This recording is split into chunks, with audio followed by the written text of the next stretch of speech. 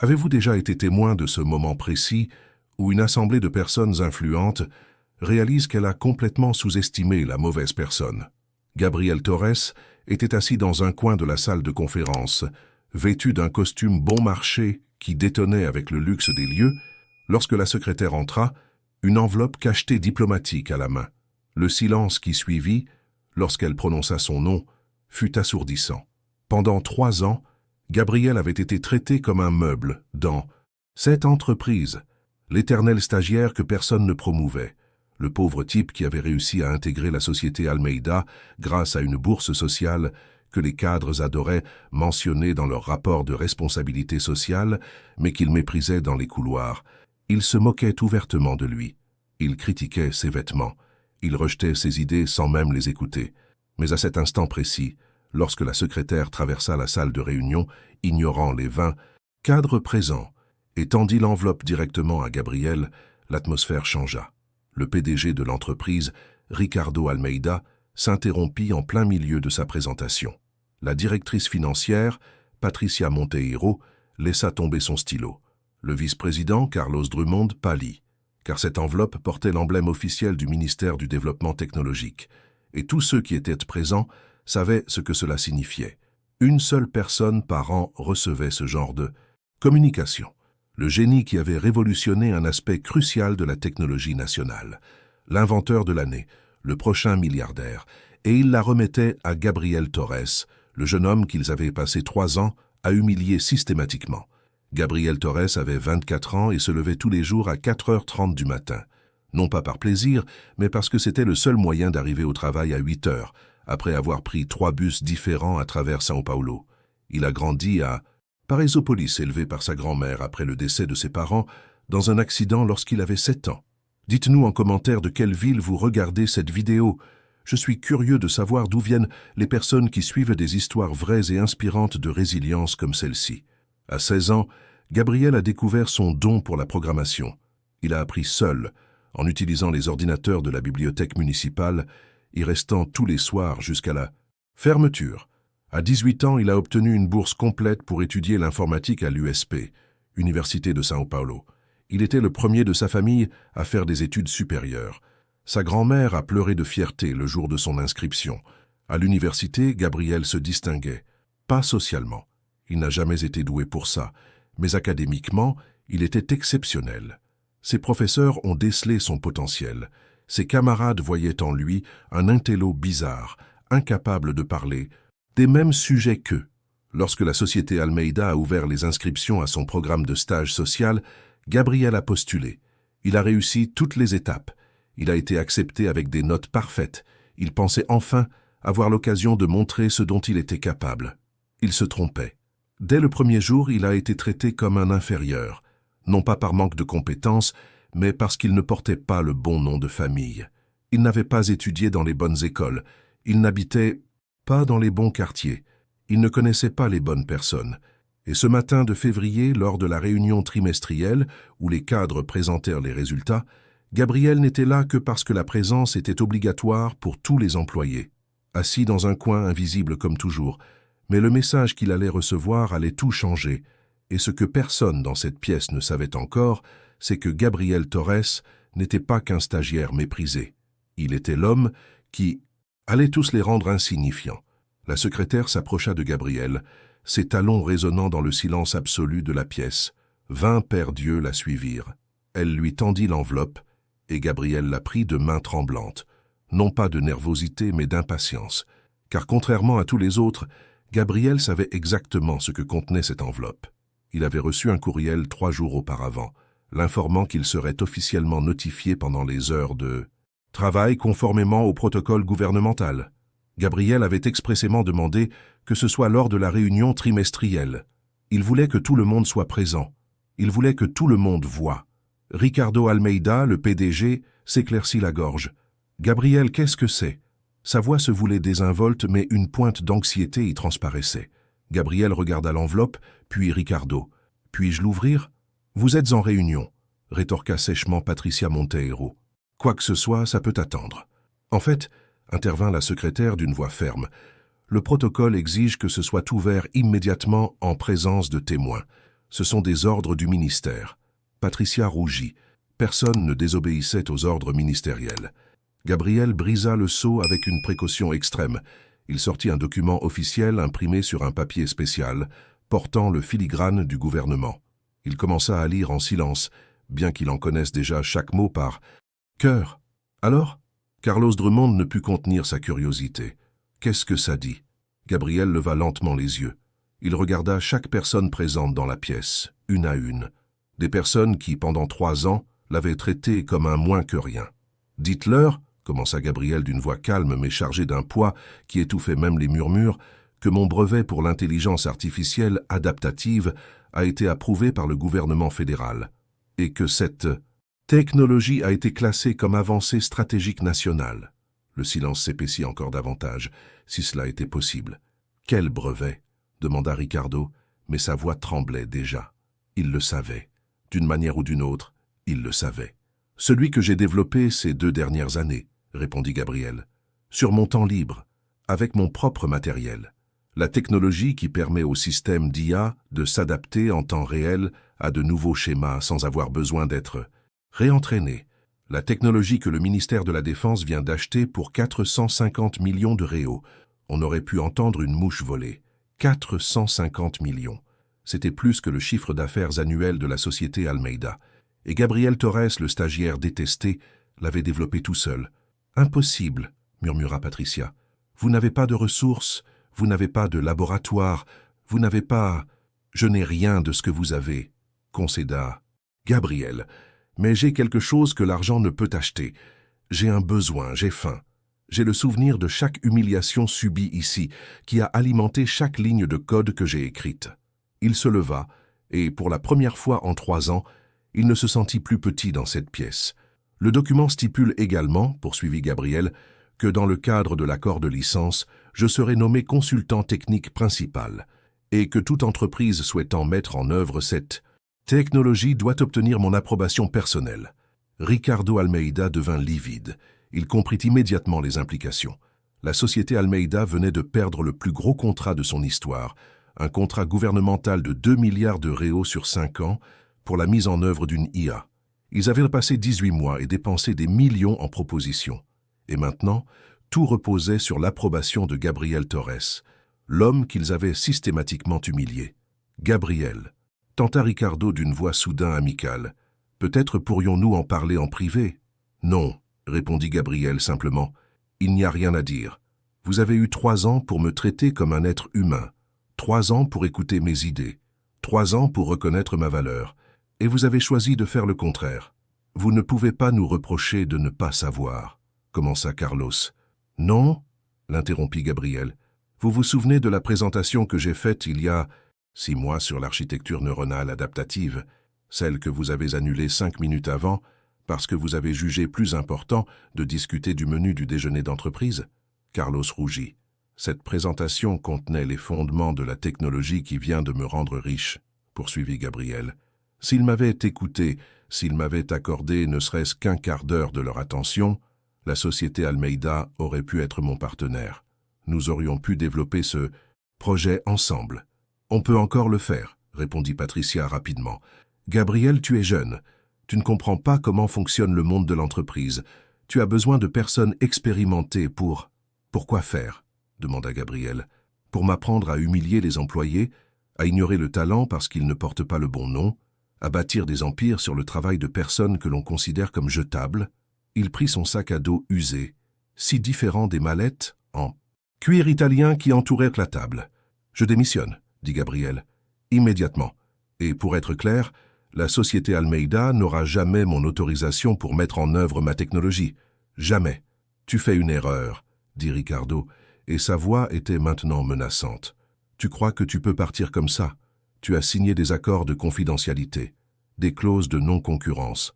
Si tu as développé cette technologie pendant que tu travaillais ici, elle appartient à l'entreprise. » Gabriel sourit. Pour la première fois en 3 ans, son sourire était sincère. « Je m'y attendais. C'est pour ça que j'ai apporté ça. » Il sortit un autre document de son sac à dos. « Voici l'enregistrement horodaté de ma première contribution au dépôt du projet. Il date d'il y a 3 ans et 2 mois. 2 mois avant que je commence à travailler ici. Il posa le document sur la table. Voici l'enregistrement de l'Office des brevets qui prouve que j'ai déposé l'idée principale il y a 3. Tiens, c'est, encore une fois avant de commencer ici, un autre document sur la table. Et voici les courriels de mes professeurs de l'USP confirmant que j'ai développé les prototypes initiaux pour mon projet de fin d'études. 6 mois avant mon premier jour ici. Ricardo ramassa les documents, les mains tremblantes. Tout était en ordre, parfaitement documenté. Gabriel s'était parfaitement protégé. « Voyez-vous, dit Gabriel, j'ai grandi pauvre. J'ai grandi dans un endroit où une seule occasion manquée pouvait faire la différence entre manger et mourir de faim. Alors j'ai appris très tôt à protéger ce qui m'appartient, à tout documenter, à ne jamais faire confiance aux puissants pour agir correctement. » Il se dirigea vers la porte, et personne ne tenta de l'arrêter. « Vous aurez de mes nouvelles, lança Gabriel sur le seuil. Quand la société Almeida perdra le contrat gouvernemental, quand son cours boursier s'effondrera, quand ses investisseurs découvriront que vous avez laissé filer la plus grande innovation technologique de la décennie parce que vous étiez trop occupé à vous moquer des vêtements bon marché du stagiaire. » Puis, il partit, laissant 20 cadres sous le choc. Mais ce que Gabriel ne dit pas, ce qu'il garda pour lui, c'est que cette réunion n'était que le début. Car dans les jours qui suivirent, ces mêmes personnes allaient découvrir que leurs humiliations avaient des conséquences bien plus graves qu'elles ne pouvaient l'imaginer, et que Gabriel Torres avait passé 3 ans non seulement à développer une technologie révolutionnaire, mais aussi à documenter méticuleusement chaque insulte, chaque injustice, chaque violation du droit du travail. Il avait des preuves, des enregistrements, des courriels. Tout était parfaitement organisé, et il était sur le point de tout utiliser non seulement pour détruire la société Almeida, mais aussi pour reconstruire tout le système qui permettait à des gens comme eux de prospérer sur la souffrance de gens comme lui. Le message délivré dans cette pièce ne concernait pas seulement un brevet. C'était une déclaration de guerre. Et Gabriel Torres ne comptait pas seulement gagner. Il comptait changer complètement les règles du jeu. 3 jours après son départ fracassant, Gabriel était assis dans un café à Pinheiro s'attendant. Il avait demandé cette réunion précise, avec des personnes précises. Et elles arrivaient. Marina Souza, journaliste d'investigation réputée pour avoir fait tomber des dirigeants corrompus, fut la première à arriver. Elle avait révélé le scandale Petrobras des années auparavant. « Gabriel Torres ?» demanda-t-elle en s'asseyant en face de lui. « Votre courriel était intrigant. »« Merci d'être venu, » répondit Gabriel. « J'ai un reportage à vous raconter. Un reportage sur la façon dont les plus grandes entreprises brésiliennes exploitent et se débarrassent systématiquement des talents issus des communautés pauvres, tout en engrangeant des milliards de profits. » Marina prit son enregistreur. « Je vous écoute. » Mais avant que Gabriel ne puisse commencer, 2 autres personnes arrivèrent. Fernando Costa, avocat spécialisé dans le droit du travail, célèbre pour avoir remporté des procès impossibles contre de grandes entreprises, et Luciana Ribeiro, députée fédérale connue pour son travail sur la réforme des entreprises. « Vous avez tous reçu mon courriel, » dit Gabriel une fois tout le monde assis, « et vous êtes tous venus. Cela me prouve que ce que j'ai à vous proposer vous intéresse. Votre courriel mentionnait des preuves d'abus systématiques, » dit Fernando, « des violations des droits des travailleurs, de la discrimination, du harcèlement. Ce sont des accusations graves. Et je peux tout prouver, » répondit Gabriel. Il posa une tablette sur la table. « Pendant 3 ans, j'ai tout documenté. Chaque remarque désobligeante, chaque promotion refusée sans justification, chaque idée volée, chaque fois que j'ai été exclu de réunions importantes. Chaque blague sur mes vêtements, mon origine, mon statut social. » Il fit glisser la tablette vers Marina. « Il y a des enregistrements audio de réunions où des dirigeants discutent ouvertement du fait que le programme de stage social n'est qu'une façade à des fins de relations publiques, qu'ils n'ont jamais eu l'intention de promouvoir aucun des stagiaires, que nous sommes, et je cite textuellement, une bonne image, mais de la main-d'œuvre jetable. » Marina écouta 30 secondes de l'enregistrement. Ses yeux s'écarquillèrent. « C'est explosif. »« Ce n'est pas tout, » poursuivit Gabriel. « Des documents prouvent que la société Almeida vole systématiquement la propriété intellectuelle de ses employés subalternes. Il procède par le biais de clauses dissimulées dans des contrats aux dizaines de pages, sachant que les personnes en recherche d'emploi ne liront pas tout ni n'en comprendront les implications juridiques. » Fernando lisait les documents rapidement et son Expression se faisait plus grave à chaque page. C'est systématique. Ce n'est pas un cas isolé, c'est une opération délibérée. Exactement, dit Gabriel. Et il n'y a pas que la société Almeida. J'ai parlé avec d'autres collègues d'autres entreprises. Le même schéma se répète. C'est tout un système conçu pour exploiter les personnes vulnérables tout en les maintenant dans des impasses professionnelles. Luciana Ribeiro était restée silencieuse jusqu'à présent, mais elle prit finalement la parole. « Que veux-tu, Gabriel? De la vengeance ?»« Je veux justice, » corrigea Gabriel. « Je veux que ce système soit dénoncé. Je veux que les lois changent. Je veux que les programmes de responsabilité sociale soient correctement réglementés et soumis à un véritable contrôle. Et je veux que chaque personne ayant subi des abus comme j'en ai subi soit indemnisée. Cela va provoquer un véritable séisme dans le monde des entreprises, observa Marina. Des dizaines d'entreprises utilisent des programmes similaires. On parle potentiellement de milliers de victimes. Je sais, dit Gabriel. C'est précisément pour cela que je fais ça. Fernando se pencha en avant. Gabriel, comprends-tu que Ricardo Almeida ne se laissera pas faire? Il a des ressources illimitées. Des avocats capables de faire traîner les procès pendant des années. Il essaiera de te détruire par tous les moyens. Qu'il essaie, répondit Gabriel. Mon brevet me rapporte 450 millions de... Réo, je peux engager les meilleurs avocats du pays. Et surtout, j'ai la vérité de mon côté. Chaque document, chaque enregistrement, chaque preuve a été obtenue légalement. Je m'en suis assuré. Luciana sourit. Depuis combien de temps prépares-tu ça? Depuis le premier jour, admit Gabriel. Depuis la première fois que Ricardo s'est moqué de ma chemise froissée en réunion. J'ai compris à ce moment-là que cette entreprise ne me valorisait pas. Alors j'ai décidé de tout documenter.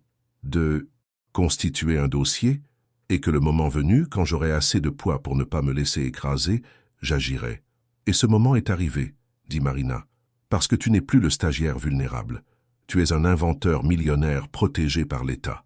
Exactement, approuva Gabriel. Pendant les 2 heures qui suivirent, ils élaborèrent un plan. Marina publierait une série d'enquêtes. Fernando déposerait une action collective au nom de tous les stagiaires maltraités. Luciana présenterait un projet de loi au Congrès pour réglementer les programmes de stages sociaux et renforcer la protection des travailleurs. Et Gabriel serait le visage de cette initiative, le symbole, l'homme qui aurait dit non. Mais alors que la réunion touchait à sa fin, Marina posa une question qui changea tout. « Gabriel, puis-je te poser une question? Pourquoi n'es-tu pas parti il y a 1 an? 2 ans? Le projet était manifestement bien avancé. Pourquoi es-tu resté et as-tu subi cette humiliation alors que tu aurais pu partir ?» Gabriel resta silencieux un instant. « Parce que j'avais besoin de comprendre, finit-il par dire. J'avais besoin de comprendre la mentalité de gens comme Ricardo Almeida, leur mode opératoire, leurs faiblesses. Et il me fallait du temps pour constituer un dossier irréfutable. Si j'étais parti plus tôt, ça n'aurait été qu'une histoire de plus sur un stagiaire malheureux. Mais en restant, en documentant, en accumulant des preuves, maintenant, j'ai quelque chose qui peut changer tout le système. Et puis, poursuivit-il d'une voix plus grave, je n'étais pas le seul boursier. Il y en avait 5 autres. Des gens bien, des gens talentueux. Et ils n'avaient pas un brevet à $1 million pour les sauver. Ils étaient piégés. Alors je suis resté parce que si je partais, qui documenterait les abus? Qui constituerait le dossier? Qui se battrait pour eux? Marina coupa l'enregistreur. Gabriel, tu viens de me livrer le meilleur reportage de ma carrière. Mais surtout, tu viens de me montrer que l'héroïsme n'a rien à voir avec les capes et les super-pouvoirs. C'est endurer l'insupportable pour que les autres n'aient pas à le faire. 3 jours plus tard, le premier article de Marina était publié. Le titre était sans équivoque « Le système caché. Comment les entreprises brésiliennes utilisent les programmes sociaux pour exploiter les plus vulnérables ». La réaction fut immédiate et explosive. L'article comprenait non seulement le témoignage de Gabriel, mais aussi des entretiens avec des dizaines d'autres boursiers de différentes entreprises. Tous racontaient des histoires similaires, décrivant le même schéma d'abus systématique. Les actions d'Almeida Corporation chutèrent de 23% en une seule journée. Les investisseurs paniquèrent. Le conseil d'administration exigea des explications de Ricardo. Mais Ricardo Almeida n'était pas du genre à accepter la défaite facilement. Le lendemain matin de la publication, il convoqua une conférence de presse. Les accusations portées contre Almeida Corporation sont infondées et diffamatoires, déclara-t-il d'une voix ferme. Gabriel Torres est un ancien employé aigri qui tente d'extorquer notre entreprise. Les enregistrements ont été sortis de leur contexte. Les documents ont été manipulés. Nous porterons plainte pour diffamation et nous gagnerons. C'était une manœuvre calculée pour discréditer Gabriel, pour le faire passer de victime à bourreau et au début, ça a marché. Les médias conservateurs ont commencé à remettre en question le récit. Des commentateurs ont avancé que Gabriel était simplement jaloux du succès d'autrui, qu'il devrait être reconnaissant de l'opportunité que lui avait offerte la société Almeida. Gabriel observait tout depuis son nouveau domicile, un modeste appartement qu'il avait acheté à Villa Madalena. Il n'avait pas déménagé dans un quartier huppé. Il ne voulait pas renier ses racines. Son téléphone sonna. C'était « Fernando, l'avocat. Tu as vu la conférence de presse ?»« Oui, » répondit Gabriel calmement. Il essaie de retourner la situation, et ça marche avec une partie des médias. « Je m'y attendais, » dit Gabriel. « C'est pourquoi j'ai gardé les meilleures preuves pour plus tard. »« Quelles preuves ?»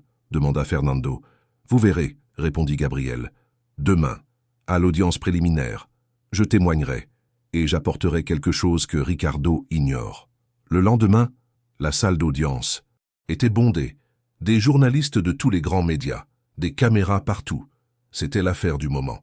Gabriel entra dans la salle d'audience en costume. Pas le costume bon marché de la veille, mais rien d'extravagant non plus. Quelque chose de digne, de respectueux. Il prit place et jura de dire la vérité.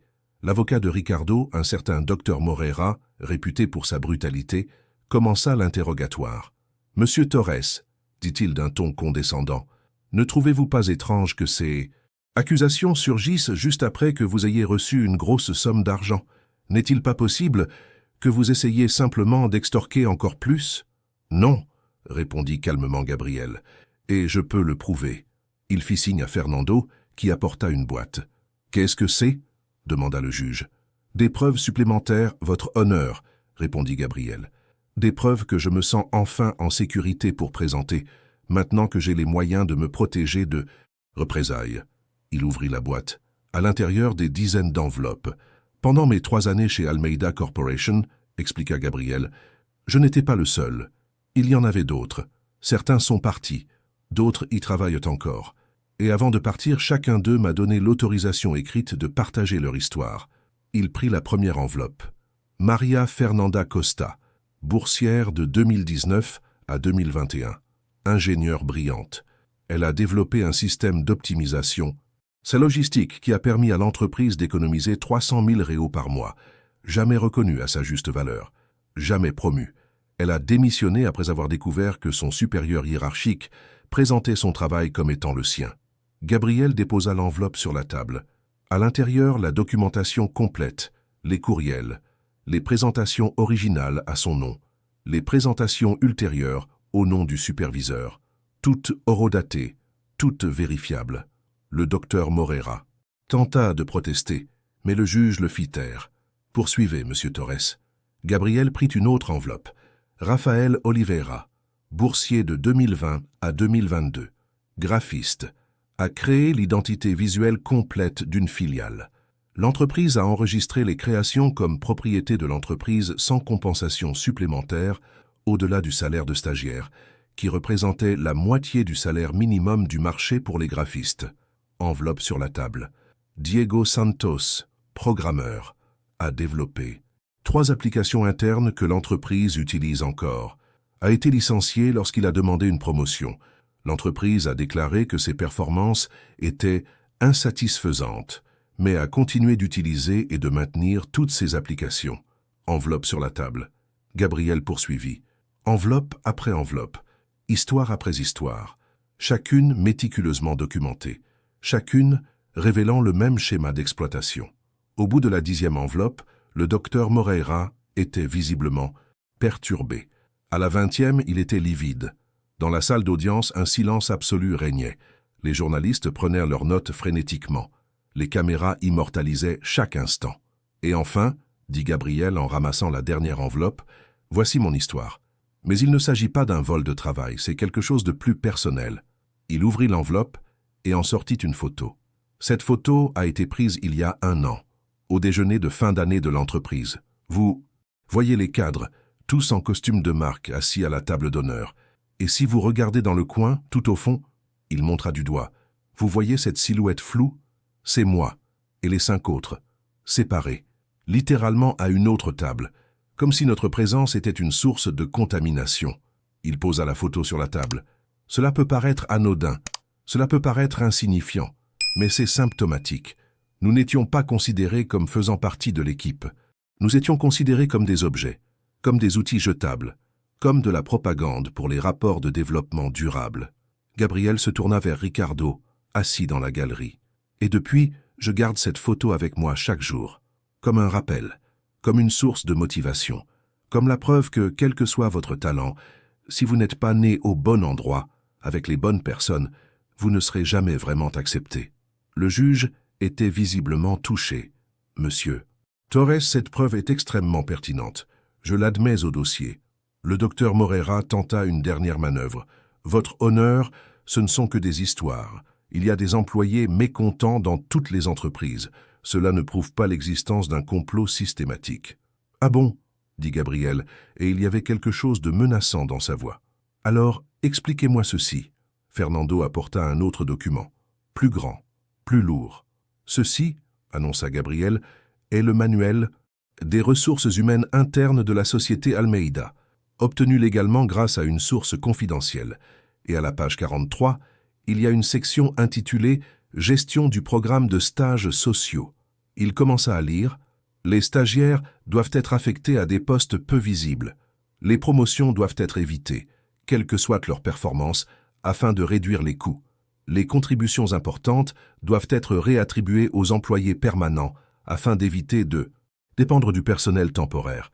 Les stagiaires faisant preuve d'une ambition excessive doivent être gérés par des critiques constantes jusqu'à ce qu'ils démissionnent volontairement. » Le silence dans la salle d'audience était assourdissant. « Gérés par des critiques constantes », répéta Gabriel. Autrement dit, une forme de harcèlement psychologique délibéré jusqu'à ce que la personne craque et parte. C'est écrit noir sur blanc, dans le manuel officiel. Le docteur Moreira se leva. « Ce document est confidentiel. Il a été obtenu illégalement. » « Il a été obtenu par un lanceur d'alerte protégé par la loi, » rétorqua Fernando, « et il est recevable comme preuve de pratique de travail illégale. » Le juge frappa du marteau. « Silence. Je vais examiner personnellement ce document, mais s'il est authentique, cela change complètement la nature de cette affaire. » Ricardo Almeida était livide, car il savait que le manuel était authentique. Il avait lui-même approuvé ses politiques des années auparavant. Gabriel n'avait pas terminé. « Monsieur le juge, il me reste une dernière chose à présenter, et ensuite je me tais. » Il prit un dernier document. « Voici une liste de toutes les entreprises brésiliennes qui proposent des programmes de stages sociaux. Il y en a 73. Et grâce à des entretiens avec d'anciens stagiaires, nous avons découvert que 51 d'entre elles ont des politiques similaires à celles de la société Almeida. 50. Et une entreprise, répéta-t-il. Ils exploitent systématiquement des milliers de jeunes talents. Ils les utilisent, ils les jettent.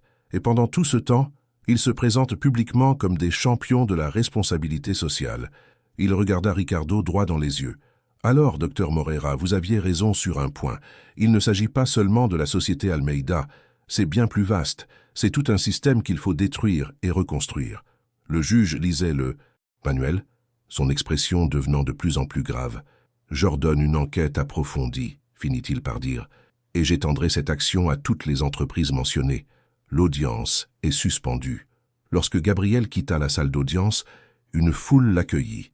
Des journalistes lui crièrent des questions, mais il y avait aussi un autre groupe, des jeunes, des dizaines, d'anciens employés de différentes entreprises. Ils se mirent à applaudir. Gabriel s'arrêta, complètement surpris. Une jeune femme s'approcha. « Je m'appelle Ana Paula. J'étais boursière chez Tech Solutions. Ils m'ont traité de la même façon. Je pensais que c'était moi, que je n'étais pas à la hauteur. Mais vous m'avez montré que le problème ne venait pas de moi, mais du système. » Un autre jeune homme s'approcha. « Je suis Fernando. J'ai travaillé chez Mediacorp. Même histoire. Et maintenant, grâce à vous, j'ai enfin le courage de parler. » Un à un, ils s'approchèrent, partageant leurs histoires, apportant des preuves, rejoignant le combat. Gabriel comprit alors qu'il avait déclenché quelque chose de bien plus grand qu'il ne l'avait imaginé. Il ne s'agissait plus de vengeance contre Ricardo Almeida. Il s'agissait d'un changement systémique, de justice pour des milliers de personnes. Ce soir-là, Gabriel rentra chez lui épuisé mais satisfait. Il appela sa grand-mère, qui vivait toujours à Paraísopolis. « Mamie, dit-il lorsqu'elle répondit, as-tu regardé les informations ? » « Oui, mon fils, répondit-elle, la voix pleine d'émotion. Tu rends ton grand-père fier. Il disait toujours que la meilleure vengeance, c'est le succès. Mais tu as fait bien plus que ça. Tu changes des vies. J'ai appris de toi, dit Gabriel. Tu m'as appris que, peu importe la difficulté, il faut toujours faire ce qui est juste. Toujours. Après avoir raccroché, Gabriel s'assit sur son canapé et regarda par la fenêtre. Il voyait les lumières de la ville s'étendre à perte de vue. Quelque part, là-bas, Ricardo Almeida, probablement dans son manoir, préparait son prochain coup. Mais Gabriel n'était pas inquiet, car il avait appris une chose essentielle ces 3 dernières années. Le vrai pouvoir ne vient ni de l'argent, ni du pouvoir. Il vient du fait d'avoir raison, des preuves, du courage de tenir tête aux géants quand il serait tellement plus facile de baisser la tête. Et Gabriel Torres n'en était qu'à ses débuts, car le message prononcé dans cette salle de conférence n'était pas la fin de son histoire. Ce n'était que le premier chapitre. Dans les semaines qui suivirent, l'affaire fit grand bruit à l'échelle nationale. Tous les grands médias en parlèrent. Les émissions de télévision en débattirent. Les politiciens prirent position. La pression publique fut si intense que le parquet fédéral ouvrit une enquête officielle non seulement contre la société Almeida, mais aussi contre les 51 entreprises identifiées. Ricardo Almeida tenta de négocier. Il proposa un accord à l'amiable. Il offrit des compensations. Il présenta même des excuses publiques. Mais Gabriel refusa tout. « Ce n'est pas une question d'argent », déclara-t-il lors d'une interview télévisée. « C'est une question de principe. Il s'agit de faire en sorte qu'aucun autre jeune talentueux ne soit traité comme un déchet, simplement parce qu'il est né au mauvais endroit. » La société Almeida fut finalement contrainte de verser 120 millions de réaux d'indemnité aux anciens boursiers. Ricardo Almeida fut démis de ses fonctions de PDG par le conseil d'administration.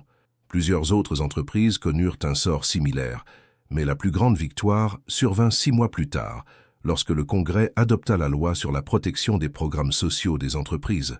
Cette loi, créée par Luciana Ribeiro, instaura un contrôle rigoureux, des droits clairs pour les bénéficiaires de bourses et des sanctions sévères en cas d'exploitation. Gabriel fut invité à la cérémonie de signature. Lorsque le président signa la loi, il utilisa le stylo avec lequel Gabriel avait signé son contrat d'embauche chez Almeida Corporation, 3 ans auparavant. Le même stylo, un symbole. « Vous avez changé le pays », dit le président à Gabriel. « Non », répondit Gabriel. « J'ai simplement refusé d'accepter que les choses restent ainsi. Le changement s'est produit parce que des milliers de personnes attendaient quelqu'un qui ait le courage de faire le premier pas. » 1 an après cette journée dans la salle de conférence, Gabriel était de retour à l'USP. Non pas comme étudiant, mais comme conférencier invité. La salle était comble, remplie de centaines d'étudiants. Beaucoup d'entre eux venaient de milieux similaires aux siens. Pauvres, marginaux, talentueux, mais sans relation. Vous serez confrontés aux préjugés, leur dit Gabriel. Certaines personnes vous sous-estimeront à cause de vos origines, de votre façon de parler, de votre façon de vous habiller, et vous serez tenté de les accepter, d'admettre qu'ils ont peut-être raison. Mais je suis là pour vous dire, ils ont tort, complètement tort. Votre valeur ne se mesure pas à votre code postal. Votre potentiel n'est pas limité par votre compte en banque, et votre avenir n'est pas écrit par ceux qui n'ont jamais connu vos difficultés. Il marqua une pause, observant les jeunes visages de l'auditoire. Il y a 1 an, j'étais stagiaire, ignoré de tous. Aujourd'hui, je suis inventeur, militant, un symbole du changement. Et la seule différence entre le Gabriel d'il y a 1 an et celui d'aujourd'hui, ce n'est ni l'argent ni la célébrité. C'est la décision de ne plus accepter l'invisibilité. Alors, mon conseil est simple, n'acceptez jamais l'invisibilité. N'acceptez jamais que votre talent soit inutile. Et face à l'injustice, ne vous contentez pas de vous plaindre. Documentez-la, constituez un dossier. Et le moment venu, lorsque vous aurez la force de ne pas vous laisser écraser, agissez. L'auditoire se leva pour applaudir. Mais Gabriel remarqua un étudiant au fond de la salle qui n'applaudissait pas. Il le regardait avec une expression que Gabriel reconnut immédiatement, la douleur. la douleur de quelqu'un qui vivait exactement la même chose que lui. Après la conférence, Gabriel alla à la rencontre de l'étudiant. « Comment t'appelles-tu »« Lucas » répondit le jeune homme avec hésitation. « Et tu traverses une épreuve similaire à la mienne, n'est-ce pas » Lucas hésita, puis acquiesça. « Je suis stagiaire chez Finance Corp. Et c'est exactement comme tu l'as décrit. Les humiliations, l'invisibilité, le sentiment que, peu importe mes efforts, je ne serai jamais vraiment vu. » Gabriel posa la main sur l'épaule de Lucas. « Tu as tout documenté »« Quoi ?»« Les humiliations, les injustices. Tu as tout documenté ?» Lucas secoua la tête. « Je ne pensais pas que ça aurait d'importance. » Gabriel sourit. « C'est important. Tout compte. Viens avec moi. » Ils se rendirent dans un café voisin et Gabriel passa les 2 heures suivantes à expliquer à Lucas précisément ce qu'il avait fait. Comment documenter, comment protéger la propriété intellectuelle, comment constituer un dossier tout en restant en position de vulnérabilité. « Mais pourquoi m'aides-tu » finit par demander Lucas. « Tu ne me connais pas. »« Parce que quelqu'un avait besoin d'aide il y a 3 ans, » répondit Gabriel. « Et personne ne l'a fait. J'ai dû me débrouiller seul. J'ai souffert inutilement, pendant des années. Mais vous n'avez pas à subir ça, aucun de vous. » Il fit glisser une carte sur la table. « Voici les coordonnées de l'association que j'ai créée. Elle s'appelle la Fondation Torres. Nous offrons une assistance juridique gratuite aux travailleurs à faible revenu, victimes d'exploitation, notamment ceux qui bénéficient de bourses dans le cadre de programmes de responsabilité sociale des entreprises. » « Vous avez créé une fondation » Lucas était stupéfait. « Avec une partie des revenus du brevet, » confirma Gabriel, « parce que j'ai compris que mon histoire ne pouvait pas rester une exception. Elle devait devenir la norme. Toute personne talentueuse mérite de réussir grâce à son mérite, et non grâce à ses relations. » Dans les mois qui suivirent, la Fondation Torres traita 123 cas, certains mineurs, d'autres majeurs, tous importants. Chacun représentant une personne exploitée qui, désormais, avait quelqu'un pour la défendre. Et Ricardo Almeida, il ne s'en est jamais vraiment remis. Il a perdu son entreprise, sa réputation et sa fortune. Mais le plus intéressant s'est produit 2 ans après le scandale. Gabriel a reçu une lettre de Ricardo. La lettre était courte. « Gabriel, je n'attends pas ton pardon. Je ne le mérite pas. Mais je veux que tu saches que tu avais raison sur toute la ligne. J'ai bâti un empire sur l'exploitation des plus vulnérables et je me suis persuadé que c'était justifiable parce que tout le monde le faisait. J'ai passé 2 ans en thérapie à essayer de comprendre comment j'étais devenu celui que j'étais et j'ai réalisé que j'avais peu à peu perdu mon humanité. De petites trahisons éthiques qui se sont transformées en monstrueuses. Je ne peux pas revenir en arrière. Mais j'essaie de faire mieux. J'ai repris mes études, la psychologie. Je veux comprendre les systèmes d'abus et peut-être, un jour, utiliser cette compréhension pour aider au lieu de blesser. Tu n'as pas seulement détruit mon empire. Tu m'as forcé à faire face à ce que j'étais devenu. Et pour cela, étrangement, je te suis reconnaissant. Ricardo Almeida. » Gabriel lut la lettre 3 fois, puis il la conserva précieusement. Non pas parce qu'il pardonnait à Ricardo, mais parce que la lettre représentait quelque chose d'important. Le changement est possible, même pour les pires d'entre nous, si nous sommes prêts à faire le dur travail d'introspection et de développement personnel.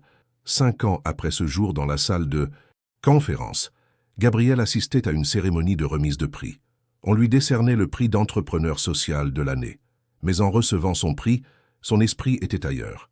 Il repensait à ce jeune homme de 21 ans qui avait fait ses premiers pas à la société Almeida, plein d'espoir et de rêves. Ce jeune homme brisé sans relâche, humilié quotidiennement, qui pleurait seul dans les toilettes publiques après des réunions particulièrement brutales. Ce garçon n'aurait jamais imaginé se retrouver un jour sur cette scène. Il n'aurait jamais imaginé que sa douleur se transformerait en raison d'être, que ses cicatrices deviendraient sa force. « Quand j'ai reçu ce message dans la salle de conférence, » a déclaré Gabriel lors de son discours de remerciement, tout le monde pensait qu'il s'agissait de mon brevet, d'argent, de réussite. Mais pour moi, ce message signifiait tout autre chose. Il signifiait que j'avais survécu, que 3 années de maltraitance ne m'avaient pas brisé, que j'avais transformé ma douleur en force, et surtout que j'avais désormais les moyens de faire en sorte que d'autres n'aient pas à subir ce que j'ai subi. Aujourd'hui, la Fondation Torres a aidé plus de 2000 personnes, 2000 travailleurs exploités qui ont obtenu justice, 2000 histoires qui auraient pu se terminer en tragédie, mais qui se sont terminées en triomphe. Et à chaque victoire, à chaque loi modifiée, à chaque système réformé, je repense à cette salle de conférence, au silence absolu lorsque la secrétaire a prononcé mon nom, à la stupeur sur les visages de ses dirigeants lorsqu'ils ont réalisé qu'ils avaient complètement sous-estimé la mauvaise personne. Ce moment n'était pas seulement ma vengeance, c'était ma reconnaissance. C'était l'univers qui me disait « Ta valeur n'a jamais été déterminée par la façon dont on t'a traité. Ta valeur est intrinsèque, immuable. » Et maintenant, enfin, visible aux yeux de tous. L'assistance se leva pour l'applaudir. Mais Gabriel remarqua quelque chose sur le visage de certains, un malaise, car son histoire les obligeait à se confronter à des vérités dérangeantes sur leurs propres privilèges, sur la façon dont ils traitaient ceux qu'ils considéraient comme inférieurs. Et c'était précisément le but recherché. Après la cérémonie, Gabriel rentra chez lui, pas dans un manoir, toujours dans le même modeste appartement de Villa Maddalena, car il avait compris que le vrai confort ne vient pas du luxe, il vient de vivre en accord avec ses valeurs. Sa grand-mère était venue lui rendre visite. À 82 ans, elle était toujours forte, toujours son pilier. « Grand-mère, » dit Gabriel en préparant le thé ensemble, « crois-tu que ça en valait la peine, tout ce que j'ai traversé ?» Elle le regarda avec ses yeux sages, qui en avaient vu tant. « Mon fils, la douleur n'est jamais vaine lorsqu'elle se transforme en force. Tu as pris le pire moment de ta vie et tu as construit quelque chose qui a changé le pays. Bien sûr que ça en valait la peine. Mais parfois je me demande, admit Gabriel, si j'aurais pu tout faire sans passer par là, si j'aurais pu réussir et être heureux sans ces 3 années de souffrance. Peut-être, dit-elle avec sagesse, mais tu ne serais pas la même personne. Tu n'aurais pas la même empathie, tu n'aurais pas la même détermination. La souffrance n'est pas nécessaire pour réussir, mais quand elle survient, on peut choisir comment la gérer. Et tu as choisi de la transformer en quelque chose de beau, de puissant, quelque chose qui épargne aux autres la même souffrance. Gabriel serra sa grand-mère dans ses bras, les larmes aux yeux. Ce soir-là, avant de s'endormir, Gabriel fit comme tous les soirs. Il ouvrit son ordinateur portable et consulta les courriels de la Fondation Torres. Il y avait toujours de nouveaux cas, de nouvelles histoires, de nouvelles personnes ayant besoin d'aide. Ce soir-là, un courriel en particulier attira son attention. Il provenait d'une jeune femme nommée Béatrice. Elle effectuait un stage dans une entreprise de médias et décrivait des humiliations qui lui semblaient terriblement familières. Gabriel répondit immédiatement « Béatrice, j'ai bien reçu ton courriel. Sache que tu n'es pas seule, tu n'es pas folle, et tu ne mérites pas d'être traitée ainsi. Nous allons t'aider. Mais surtout, nous ferons en sorte que l'entreprise responsable de ces agissements en subisse les conséquences. Comme nous l'avons fait pour 52 autres entreprises. Tu as du pouvoir, plus que tu ne l'imagines. Et ensemble, nous utiliserons ce pouvoir pour changer les choses. Ton histoire ne se terminera pas par un échec. Elle se terminera par une victoire. Je te le promets. Gabriel Torres. Il envoya le courriel et ferma son ordinateur portable. Dehors, la ville dormait. Mais Gabriel savait que quelque part, Béatrice lisait sa réponse. Et pour la première fois depuis des mois, peut-être des années, elle ressentait quelque chose qu'elle avait oublié, l'espoir. Et c'est pourquoi Gabriel continuait. Non pas pour l'argent, non pas pour la gloire, mais pour chaque Béatrice, chaque Lucas, chaque jeune talent broyé par un système injuste et qui avait simplement besoin d'entendre « Je te vois, je crois en toi, et je me battrai pour toi ». Le message délivré dans cette salle de conférence, 5 ans plus tôt, avait tout changé, mais pas comme on l'imaginait. Il ne s'agissait pas du brevet. Il ne s'agissait pas des 450 millions. Il s'agissait de reconnaissance. Il s'agissait du moment où Gabriel Torres, le garçon méprisé, était devenu visible, où sa valeur avait été reconnue, où ses humiliations avaient été vengées. Et ce moment lui avait donné la force de construire quelque chose de bien plus grand que lui, de créer un mouvement, de changer les lois, de sauver des milliers de vies. Alors, quand on demandait à Gabriel quel avait été le moment le plus important de sa vie, il ne citait pas le jour où il avait inventé la technologie révolutionnaire. Il ne citait pas le jour où il avait reçu 450 millions. Il disait « Le moment le plus important, c'est quand une secrétaire a traversé une salle de conférence et a prononcé mon nom. Parce qu'à cet instant précis, j'ai cessé d'être invisible. Et quand on cesse d'être invisible, on acquiert le pouvoir de rendre les autres visibles. Et Gabriel Torres a consacré le reste de sa vie à faire exactement cela. Rendre l'invisible visible, donner la parole aux réduits au silence et prouver que les héros peuvent surgir des endroits les plus inattendus. Parfois, tout ce dont nous avons besoin, c'est d'un message. Un message délivré au bon moment. Un message qui dit « Tu comptes, ton talent compte, ton histoire compte ». Et quand nous recevons ce message, quand nous y croyons enfin, rien ne peut nous arrêter. Absolument rien.